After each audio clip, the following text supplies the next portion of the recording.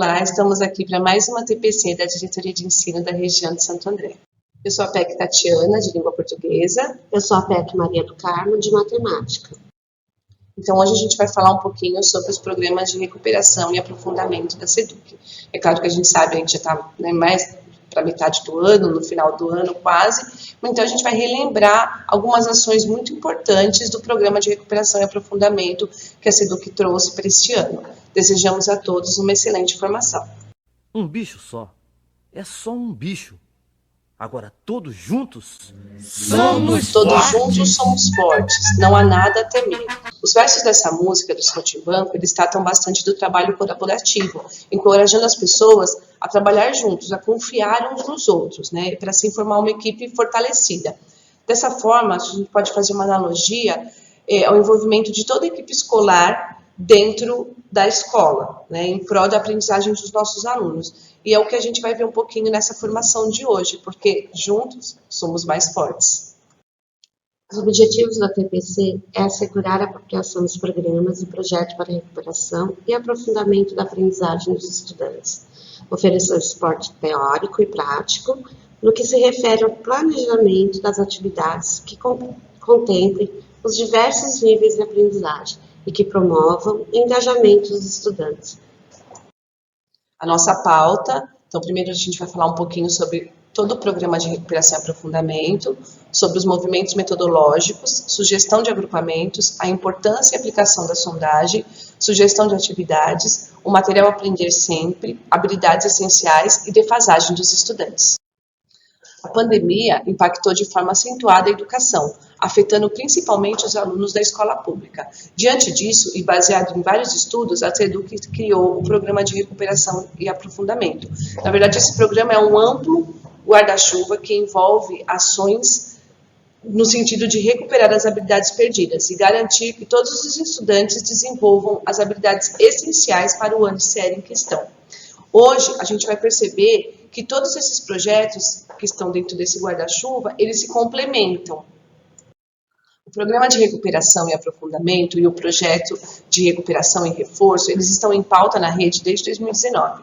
O Programa de Recuperação e Aprofundamento, na verdade, é um conjunto de ações articuladas para a melhoria da aprendizagem do estudante, né? Então, esse programa, ele conta com o quê? Com material próprio, com avaliação, com formação, com tecnologia, com acompanhamento. O projeto de reforço e recuperação, ele é aquele projeto que iniciou em 2019 com atribuição de aula a professores adicionais, que fornecia apoio personalizado aos estudantes. Aí ele podia ficar na sala de aula junto com um professor titular ou pegar alguns alunos, retirar da sala e trabalhar diretamente com alguns alunos específicos. A partir de 2021, devido a todos os impactos da pandemia, o Estado lançou o PRI, que é o Projeto de Recuperação Intensiva, que ele acontece nas férias julho e janeiro, mediante um projeto que a escola apresenta.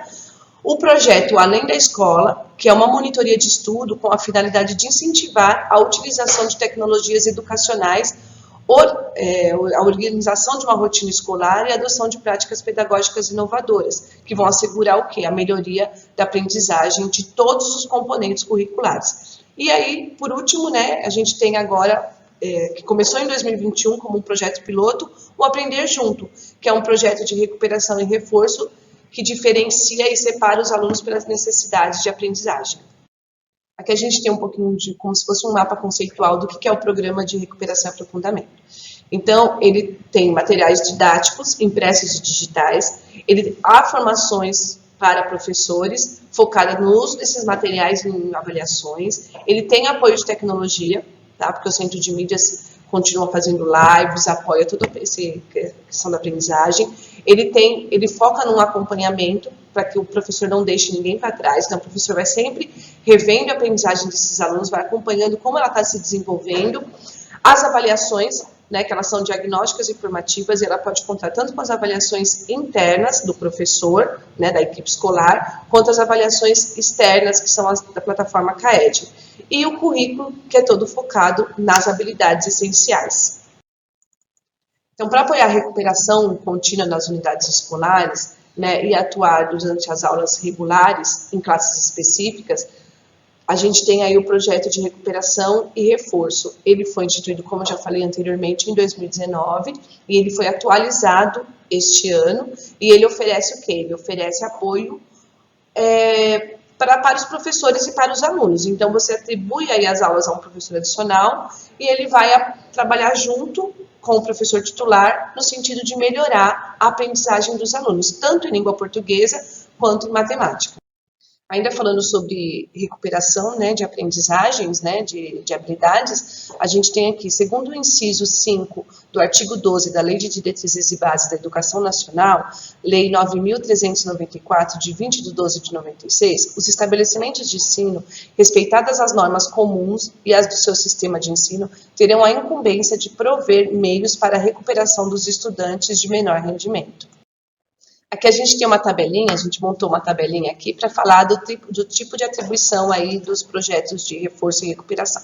Então, a gente tem o PRR, que são 2 aulas semanais, tanto de português quanto de matemática, né, que é aquele que você contrata aí um professor adicional, e ele funciona do 2º ano dos anos iniciais até a 3ª série do ensino médio. A gente tem o Aprender Juntos, também, que pode ser contratado professor adicional.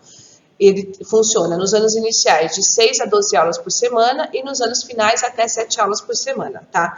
No Aprender Junto eu também posso contratar um professor e ele vai funcionar do 3º ano dos anos iniciais ao 6º ano dos anos finais. A escola pode ampliar esse projeto até o 9º ano? Pode. Há escolas que, inclusive, estão fazendo isso e é muito bacana.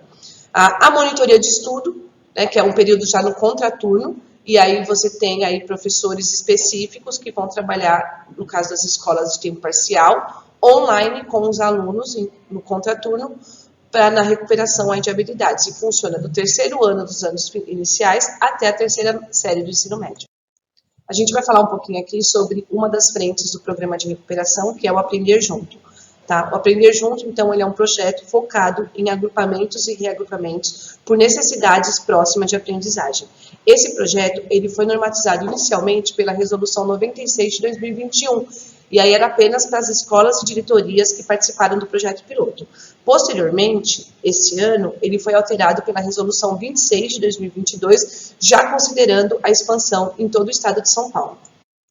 Então, vamos pensar um pouquinho por que tem um projeto voltado à melhoria de aprendizagem e diferenciando os alunos por níveis de aprendizagem. O aumento da defasagem ela foi mensurada ainda em 2021 por um estudo amostral realizado pelo Centro de Políticas Públicas e Avaliação da Universidade Federal de Juiz de Fora, que é o CAED, né, em parceria com a SEDUC. Esse estudo, ele constatou que houve uma queda significativa no nível de proficiência dos estudantes entre o final de 2019 e o início de 2021, em todas as etapas de ensino. Claro que o prejuízo foi maior nos anos iniciais do ensino fundamental. Aí, nesse sentido, foi criado, né, esse projeto com o objetivo de apoiar esses estudantes que foram especialmente impactados pela pandemia, para que eles avancem na sua trajetória conforme as suas necessidades.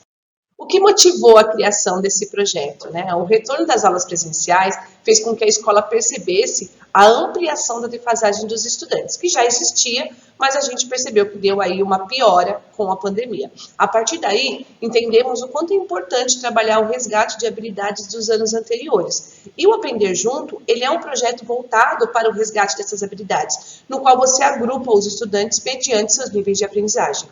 A gente não pode deixar de comentar, né, e precisamos nos atentar a esse fato de que o aluno do 3º ano, hoje, ele estudou presencialmente apenas o 1º ano dos anos iniciais.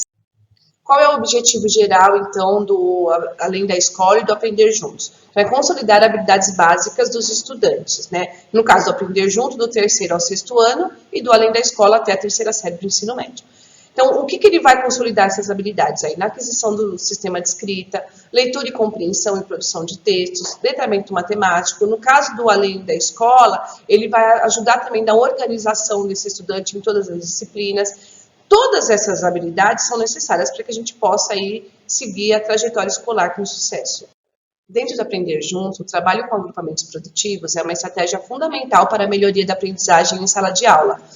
O Dia Diferente, ele tem toda uma intencionalidade pedagógica, na qual agrupamos os estudantes pelo nível de proficiência, né? E o ideal é que a gente tenha pelo menos 3 agrupamentos, sendo um agrupamento para os estudantes abaixo do básico, o outro agrupamento para os estudantes básicos e um terceiro agrupamento para o adequado ou avançado, tá? É claro que todo esse agrupamento vai depender da sondagem feita pelos professores com os seus estudantes. As turmas, o ideal é que elas tenham nome fictícios, frutas, personagens, planetas, cores, né? E que o aluno não saiba por que ele faz parte de determinado agrupamento. A gente tem que conversar com a família antes, explicar o projeto, para ele sim, pode ser falado, né? A questão do básico, do abaixo do básico, mas para o aluno nunca, tá? A família, o ideal de a gente conversar com a família é para que a gente já vá trabalhando todo o socioemocional e o cognitivo dos alunos, tá? Por que não é ideal que a gente coloque para os alunos em que nível eles estão? Porque isso pode gerar péssimos resultados, pode desestimular o estudante, porque ele está muito ruim, né? Eu estou abaixo do básico, ele pode se sentir inferiorizado. Um estudante que já está no adequado, ele pode falar, então eu não preciso melhorar, eu não preciso de muito esforço, tá? Então o ideal é avisar os alunos. Para agrupar e reagrupar os estudantes, as escolas podem utilizar diversos instrumentos. Então aqui estão os instrumentos. A sondagem, que ela é feita em português e matemática, a AD e a AP também em português e matemática, as avaliações internas, que aí todos os componentes curriculares, todas as disciplinas podem fazer, e a avaliação de influência leitora apenas em língua portuguesa, e aí eu só posso contar dos alunos do terceiro e do sexto ano, porque quarto e quinto ano não fazem essa avaliação. Aqui a gente colocou um modelinho de agrupamento, tá? Então eu tenho aqui, vamos supor, esse é o meu agrupamento por turma, né? A primeira tabelinha. O terceiro A, eu fiz lá uma sondagem, eu percebi que eu tenho 6 alunos pré-silábicos, eu tenho 3 alunos silábicos com valor sonoro, sem valor sonoro, desculpa, eu tenho 4 alunos silábicos com valor sonoro, eu tenho 6 alunos silábicos alfabéticos e 2 alunos alfabéticos. E aí eu fiz a sondagem no terceiro A, terceiro B, quarto A e quinto A. E tenho aí os meus números. Ao todo, no meu projeto Aprender Junto, nessa minha escola, vão ter 100 alunos. Todos eles têm que participar, independente do nível que eles estão. O meu agrupamento foi feito da seguinte forma. Então, eu fiz 4 agrupamentos. Eu tenho o grupo 1, que eu peguei 6 alunos pré-silábicos, 7 alunos silábicos sem valor sonoro, 6 alunos silábicos com valor sonoro, 2 alunos silábico alfabético, e no meu grupo 1 não tem nenhum alfabético. No meu grupo 2, a mesma coisa. Eu tenho aí a minha quantidade e também nenhum aluno alfabético. O grupo 3 e o grupo 4, eu já percebo que é um grupo mais avançado. Então, eu tenho 12 alunos silábicos alfabéticos no grupo 3 e 15 alunos alfabéticos. Então, eu tenho um grupo aí mais avançado. Lembrando que eu também tenho um aluno silábico alfabético no grupo 1 e 2, por quê? Provavelmente eu percebi aí que esses 2 e 3 alunos ainda não estão plenamente no silábico alfabético, mas que eles migrarão em breve. E aqui eu coloquei um modelo de grade presencial para um sexto ano, tá? Eu tenho aqui o meu dia diferente na minha escola, vai ser uma sexta-feira. Então, eu tenho a grade da sexta-feira das minhas aulas. No sexto A, eu tenho a primeira e segunda aula de português, a terceira aula de ciências, a quarta aula de história, quinta geografia, artes e matemática. No sexto B, eu tenho a minha grade horária, no sexto C, a mesma coisa. Tá? Aí, eu fiz 3 agrupamentos. Então, o agrupamento 1, que eu tenho aluno do sexto A, sexto B e sexto C, ele vai funcionar com a minha grade horária do sexto A, por exemplo. Então, todos os professores vão entrar na sala e vão trabalhar as habilidades essenciais ali, o resgate das habilidades que os alunos estão com maior deficiência. Então, o professor de língua portuguesa, o professor de ciências, de história, de geografia, todos eles vão trabalhar as habilidades. Não é que o professor de história, geografia e artes vai ter que trabalhar língua portuguesa. Não, ele vai trabalhar a matéria dele, mas o quê? Dando ênfase nas habilidades que esses alunos estão em defasagem. Tá? A mesma coisa no meu grupo 2. O meu grupo 2 ele vai funcionar com a grade horária do sexto B. Eu tenho 30 alunos no grupo 2. O professor que vai entrar no grupo 2, todos os professores vão trabalhar as habilidades que eu preciso trabalhar no grupo 2. E a mesma coisa no grupo 3. Então, não tem essa de o professor falar, mas eu sou de ciências e vou trabalhar língua portuguesa. Não, você vai trabalhar ciências, professor. Só que você vai trabalhar ciências voltada para essa habilidade que o aluno precisa aí de resgate ou que ele precisa avançar melhor, tá? Então, o que são esses agrupamentos e esses reagrupamentos? Todo agrupamento, Ele é baseado em práticas inspiradas em princípios construtivistas e socio-interacionistas, tá? Eles têm como base o conhecimento prévio dos estudantes. Então, eu vou ter meu ponto de partida, o conhecimento que o meu estudante já tem. E o estudante, nesses grupos, ele é o centro do processo de ensino-aprendizagem. Então, quais são as premissas para agrupar ou reagrupar os estudantes na escola? Né? Primeiro que a gente tem que entender que o agrupamento parte dos saberes já constituídos. Depois a gente faz uma análise de resultados de diferentes instrumentos de avaliações. A gente não pode ser um só. Por quê? Porque eu usar uma prova só, uma avaliação só, eu posso não ter um resultado tão real. Tá? Então eu tenho que usar diferentes formas de avaliar, e o professor também, nessa altura do campeonato, ele já sabe muito bem, né, quais são as aprendizagens aí dos seus alunos, qual é o nível que ele está, o professor já o conhece bem. Eu tenho que agrupar os meus alunos por conhecimentos similares ou próximos, não iguais.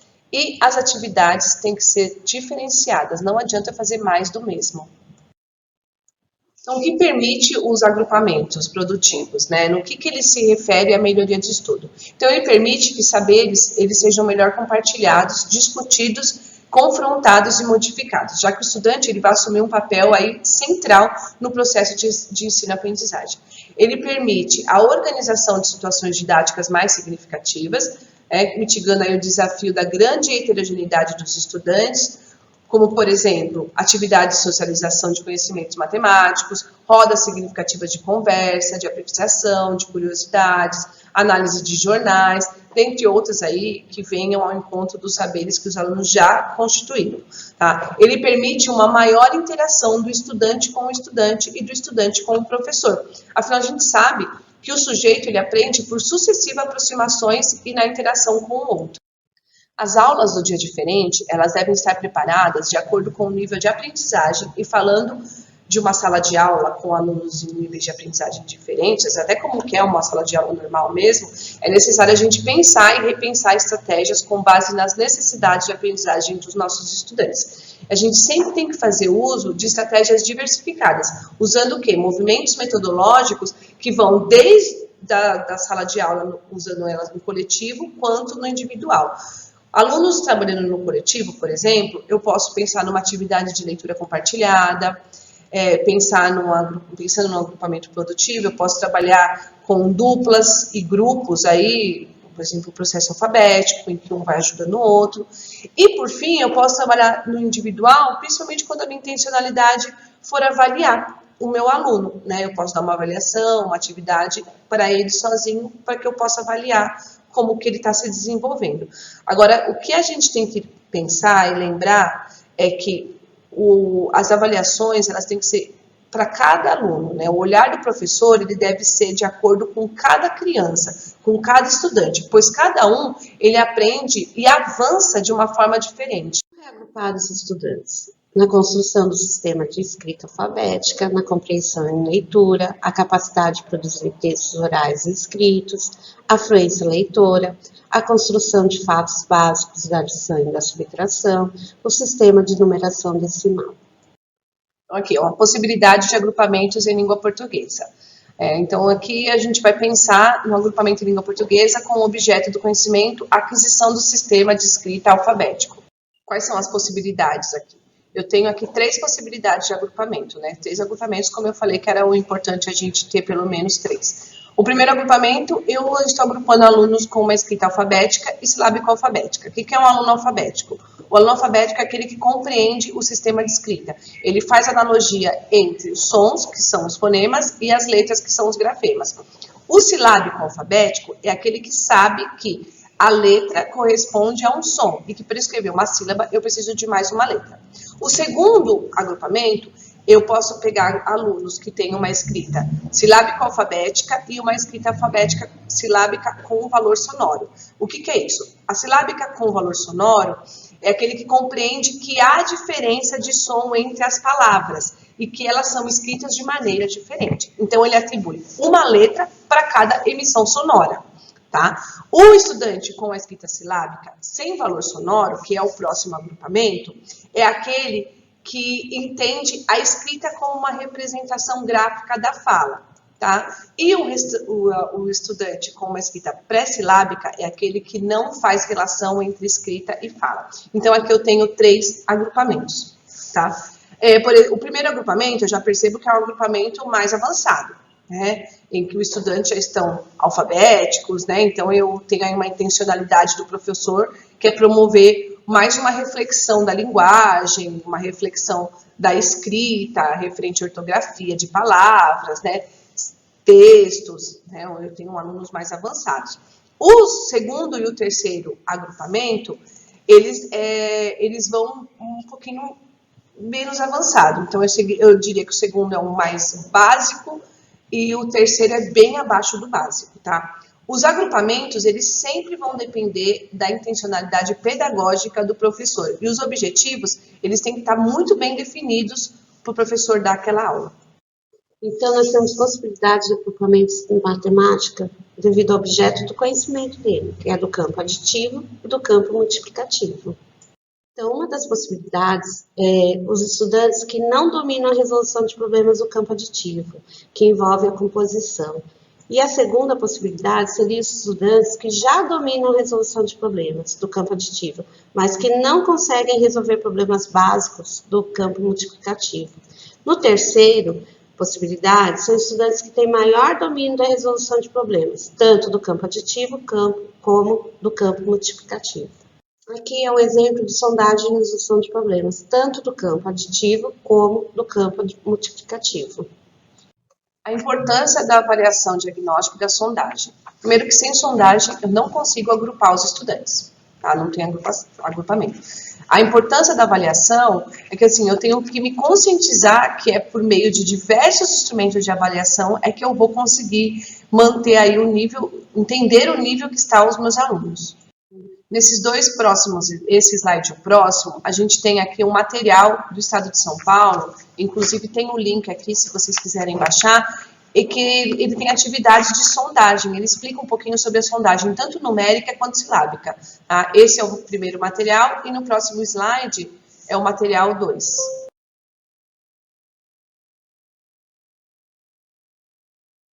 Então, aqui vai vir umas próximas sugestões de sondagem de matemática. Isso aqui é uma sugestão de uma avaliação diagnóstica de matemática, onde o professor dita os números e o aluno vai ter que escrever esses números. Aqui é uma sugestão de uma avaliação diagnóstica usando as 4 operações. Então, aqui também é uma sugestão de uma resolução de situação-problema. Então, resgatando as memórias. Que lembranças vocês têm dos antigos professores com relação à resolução de problemas? Por muito tempo, as 4 operações fundamentais foram ensinadas com um foco em técnicas operatórias. Primeiro ensinava-se a operação de adição, depois a subtração, a multiplicação e, por último, a divisão.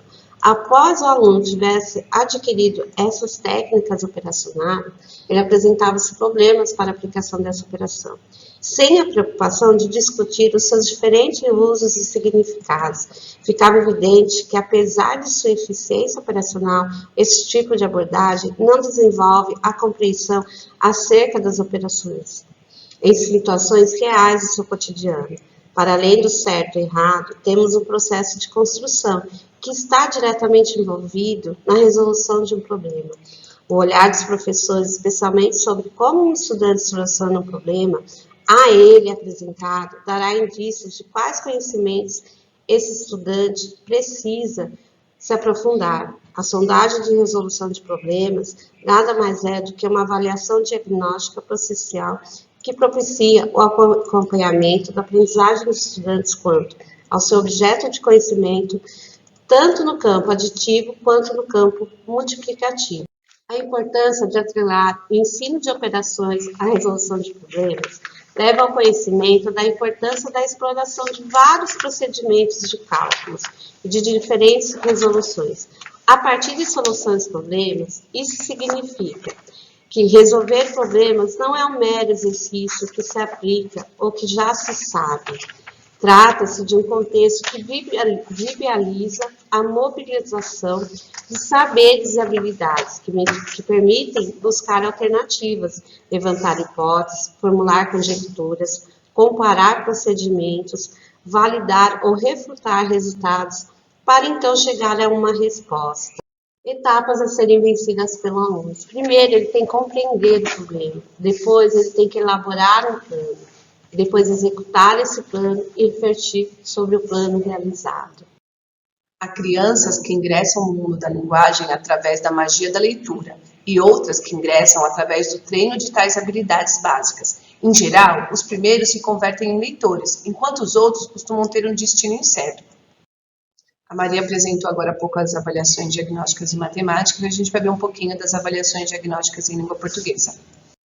A gente tem aqui, vamos pensar numa avaliação diagnóstica em produção textual, tá? Então, a gente vai ter, primeiro a gente pode fazer uma avaliação com leitura colaborativa, leitura por ordenação de partes do texto, reescrita de final de um conto conhecido, produção do final de uma história que os alunos não conhecem, e dependendo do nível do seu aluno, você pode passar uma dessas atividades.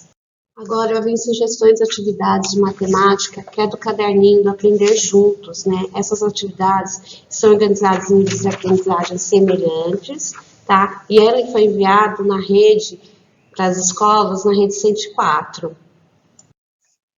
Então, aqui no volume 1, a gente vai falar sobre números naturais e características e operações.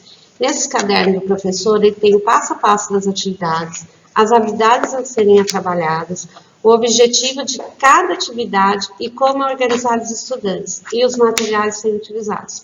Os outros cadernos vai seguir o mesmo conteúdo, os mesmos passo a passo. No volume 2, ele trabalha o sistema de numérico do cotidiano. No volume 3, ele trabalha multiplicação, divisão e introdução à geometria, onde tem jogos, desafios, situações e problemas. Escrever é preciso. Escrevo porque, à medida que escrevo, vou me entendendo e entendendo o que quero dizer. Entendo o que eu posso fazer. Escrevo porque sinto necessidade de aprofundar as coisas, de vê-las como realmente são. Aqui eu vou apresentar um pouquinho de algumas sugestões de atividades em língua portuguesa. Eu fiz um esquema, né, para falar de atividades que podem ser passadas em cada nível de agrupamento, porque em português não tem ainda material específico do Aprender Juntos. Vai ter, tá? Já conversamos com a SEDUC, está na fase final aí de edição, o material de português, mas ainda não foi enviado para a gente. Assim que for enviado, a gente já encaminha para as escolas. Aqui por esse esqueminha que a gente elaborou, eu tenho lá, estratégias e possibilidades por níveis de aprendizagem. Então, quando eu falo de alunos iniciantes, vamos supor que esses alunos iniciantes estão na aquisição do sistema de escrita. Eu posso trabalhar com eles jogos, né, cruzadinhas, jogos de percurso, forca, adivinha, jogo de memória. Eu posso falar contação de histórias, sempre com a leitura em voz alta pelo professor. Quando eu falo de alunos em aquisição de sistema de escrita, é muito importante que o professor leia em voz alta, porque o professor se torna o modelo do aluno. Eu trabalho com parlendas, com cantigas, com poemas, ditados cantados. E é legal que o professor leia e vai mostrando para o aluno onde estão as palavras, né, no texto. Então, ele aponta a palavra dentro do texto. Ó, essa palavra está aqui, para o aluno já ir vendo. Um aluno do nível básico, por exemplo, a gente pode trabalhar com ele. Já está trabalhando leitura, letramento matemático, né, no caso de matemática, e uma fluência leitora. Então, eu posso trabalhar com leitura compartilhada de textos verbais e não verbais, eu posso trabalhar com brincadeiras, eu posso trabalhar com jogos, eu posso trabalhar com teatro, e aí o teatro é legal porque parte do princípio que ele faz os ensaios, e nos ensaios ele está lendo, ele está avaliando a dicção dele, como ele pronuncia essas palavras, como é a entonação, né? E a interpretação do texto. Já alunos do nível intermediário, aí, eu vou trabalhar leitura, letramento matemático, fluência leitora, eu posso trabalhar com leitura compartilhada de textos dramáticos, a encenação, contos de assombração, já inicio aí textos de divulgação científica, trabalho com jogos, então assim, jogos aparecem na maioria, né, porque é para as aulas serem bem dinâmicas mesmo. O avançado, o que eu vou trabalhar com o meu aluno avançado? Que ele tem que manter pelo menos o nível que ele já tinha. O meu aluno avançado, eu trabalho leitura autônoma e compartilhada, Então o aluno lê em silêncio. Legal que o aluno possa gravar o que ele está lendo para ele poder escutar a leitura dele, ver os outros colegas ler. Né? Já faço produção de textos, posso fazer apresentações de sarau, né? Eu posso recontar obras e jogos novamente. Então, assim, a gente tem que ter aulas bem dinâmicas e sempre atividades diferenciadas. Bom, a gente está falando aqui de recuperação, né? Falamos de aprender junto, falamos de além da escola, falamos de todos os projetos, né? Que fazem parte aí do programa de recuperação para o fundamento. A gente não pode deixar de falar do material do Estado Aprender Sempre, né? Que é um material de recuperação contínua e a partir do segundo bimestre ele se tornou prioritário, né? Por quê? Porque ele trabalha as habilidades essenciais e de suporte. Quanto a esse material, ele há formação semanalmente, tanto para professor, quanto material didático para aluno. As formações do material Aprender Sempre, elas acontecem sempre, semanalmente, elas são disponibilizadas pelo Centro de Mídias, ao vivo, e elas ficam no repositório, tá? Todas essas pautas apresentam o material, como se trabalhar com o material, né? O que se deve fazer, como englobar os alunos, além também das aulas que acontecem para os alunos do material. Bom, essas formações que acontecem semanalmente pelo Centro de Mídias, né, do material Aprender Sempre, elas contam com orientações tanto para os professores, né, no momento aí deles passarem na sala de aula para os alunos, quanto para o CGP da escola, orientá-los aí no momento de ATPC, né, para fomentar aí as discussões, os desdobramentos da ATPC na escola, tá? Então, o que consta aí nessas sugestões de atividade? Eles sempre elencam quais as habilidades precisam de maior atenção, né? Eles aprofundam o uso do material, eles dão acesso dos estudantes a todas as atividades, porque também tem as lives para os estudantes, né? E eles contam com a participação e o engajamento tanto do professor quanto do estudante. Por que a gente fala tanto de trabalhar o resgate das habilidades, tanto essenciais quanto de suporte? Isso eu acho que é uma coisa que sempre se bate na mesma tecla. O currículo paulista, ele define e explicita que as habilidades essenciais são fundamentais para o desenvolvimento cognitivo, social e emocional do estudante. E ele considera sempre a formação integral do estudante na perspectiva do desenvolvimento humano. A partir de 2020, tornou-se indispensável a gente priorizar as aprendizagens essenciais para os nossos estudantes continuarem aí na sua trajetória escolar. Afinal de contas, com a suspensão das atividades presenciais, o tempo pedagógico, né, o tempo de aula que a gente tinha, foi reduzido. E com isso, as defasagens aumentaram e muito. Diante de todo esse cenário, a SEDUC criou um documento que priorizava quais eram as habilidades essenciais que a gente tinha que trabalhar, né? Quais eram essas necessidades que os alunos possuíam para que eles conseguissem seguir sua trajetória escolar. Quando a gente pensa em defasagem dos estudantes, a gente vê, normalmente o que a gente nota na sala de aula ali, no trato com o aluno, é só uma parte do problema, né? Eu até coloquei essa imagem de um iceberg, porque a pontinha é o que a gente vê, é uma pequena parte do problema que está visível. A maior parte desse problema, ela está toda escondida.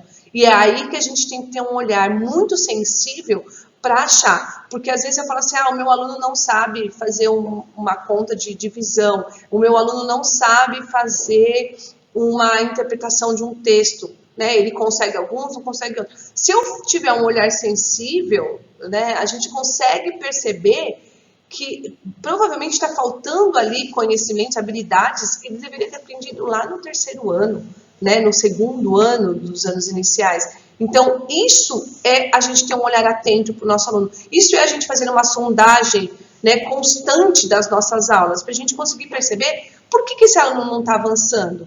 Não adianta, se a gente está falando de um nono ano, de um primeiro ano do ensino médio, e eu tenho lá um aluno que ele não consegue, o que eu julgo fazer o básico da minha aula, se ele não aprendeu o que ele tinha que aprender lá no quinto, no sexto ano, ele não vai conseguir acompanhar o currículo no ensino médio, em qualquer série.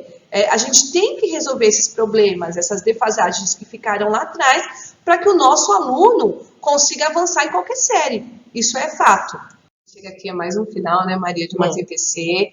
E primeiro a gente quer agradecer, né, a presença de todos vocês aí nesses 45 minutos que estivemos juntos. E para finalizar, eu coloquei aqui uma frase que, dentre várias que a gente gosta, né, do Rubem Alves, é uma que eu acho bem bacana: ensinar é um exercício de imortalidade. De alguma forma, continuamos a viver naqueles cujos olhos aprenderam a ver o mundo pela magia da nossa palavra. O professor, assim, não morre jamais. Pessoal, eu sei que tá difícil, é muito difícil o trabalho do professor, né? É um trabalho muito bonito, é árduo, tá cheio de obstáculos, não ficou mais fácil agora, pelo contrário, tá mais difícil depois dessa pandemia, né? O retorno foi mais difícil, mas a gente não pode desistir, né? Porque os alunos dependem de nós, né? E eu acho que quando a gente consegue fazer um aluno enxergar aí o mundo pela nossa palavra, né? Quando a gente consegue fazer com que ele abra a cabecinha dele para o que a gente tem para dizer, para o que a gente tem para passar, e nós temos tanta coisa importante para passar para eles. Isso é muito importante, isso é muito gratificante, quando a gente percebe que a gente conseguiu, mesmo que a gente não consiga em 100% das vezes, mas a gente vai tentando, né? Então isso eu acho que é um trabalho muito bonito, muito gratificante, e espero que hoje a gente tenha contribuído aí, pelo menos para vocês relembrarem aí alguma coisinha aí da recuperação, que ela tem que ser contínua, e a gente tem que estar sempre falando as mesmas coisas para o nosso aluno, para que ele consiga compreender a matéria e avançar, realmente. Eu quero parabenizar os professores, sabe, Sim, Tati? Porque a luta deles lá é a maior que tem. Porque quando eles estão lá na sala de aula, é eles que sabem qual é o problema que eles têm lá dentro da sala de aula. A gente sabe disso, né? A gente está aqui para tentar ajudar da melhor forma possível, tá? Muito obrigada. Tempo de escola. Vou lhe contar agora um pouquinho do passado, do meu tempo de escola, de aluno educado. Logo cedo eu chegava, com farda original, alegre e sempre em fila, cantava o hino nacional. A minha escola era grande, com um enorme jardim em frente. Na hora do recreio, era muita gente. Tinha uma cartilha azul, colorida e engraçada, com letras muito grandes, que eu lia salteadas. Pro Maria era calma, meiga como uma flor. Quando a gente errava, ela dizia: faz de novo, meu amor. Mas lá tinha uma diretora, com uma grande palmatória.